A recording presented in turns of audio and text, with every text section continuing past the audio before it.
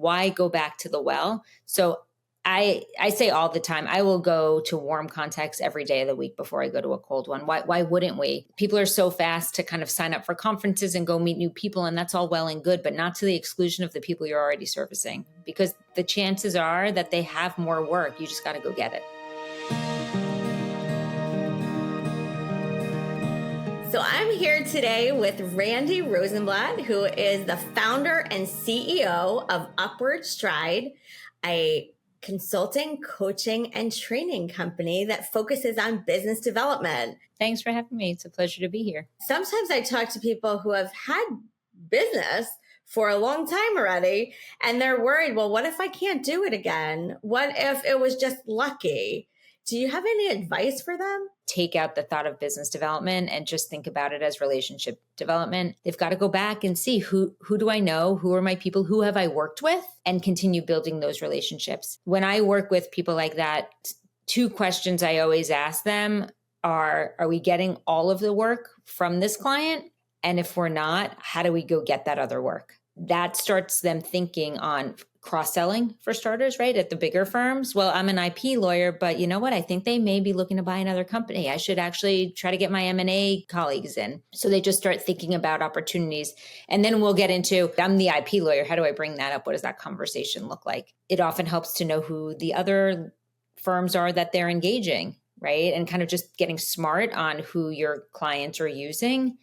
But if you think about it from the relationship perspective, and then you think about what you've been doing for those clients and what you haven't been doing for those clients, you're going to have a lot more deep conversations and hopefully get additional work that you've been doing and some work you didn't. I mean, they already know you, they already like you, they already trust you. I will go to warm contacts every day of the week before I go to a cold one. Why wouldn't we? People are so fast to kind of sign up for conferences and go meet new people, and that's all well and good, but not to the exclusion of the people you're already servicing, because the chances are that they have more work. You just got to go get it. And is there a way, if you have clients that are really happy with your work, to cultivate referrals from them? If you have clients who hire you, let's say that they're a large Fortune 500 company, are they the only one there who's a decision maker, or are there other groups within them? How's the team structured, right? Is it the business that hires the lawyers? Is it the legal team that hires the lawyers?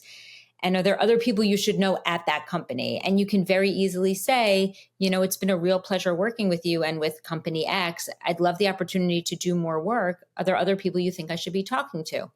And you'll oftentimes get a response of, you know, yeah, John, Joe, and Mary. And then you can very easily say, would you mind making an introduction? And I'm happy to send you along information to help you do it. And so that's kind of a friendly way. The other scenario is external referrals, right? If you're working with the sole general counsel at a company and you know you're doing all their work, you should ask that general counsel, same thing. Is there anyone else in this space you think I should be talking to? I enjoy doing the work we do together. I assume there are, you know, other companies that you're in touch with. And if any of them would be open to a conversation, I'd welcome it.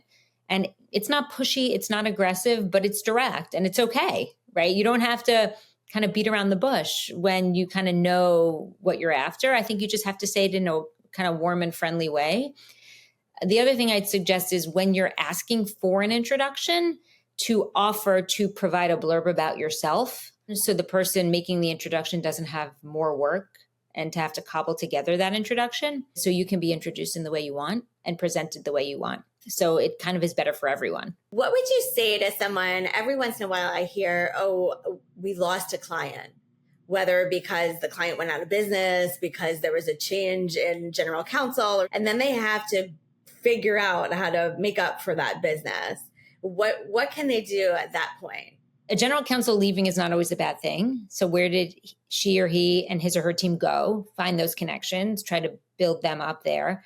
Build a relationship, of course, with the new general counsel. If it's the case and you can kind of offer to be that set of institutional knowledge, right? If you can help people get up to speed in their jobs and make it easier and be that resource, that's a great way. Then we get to the question of also looking for new clients. So if it's a client that's in a specific industry and you can use that to leverage, by all means.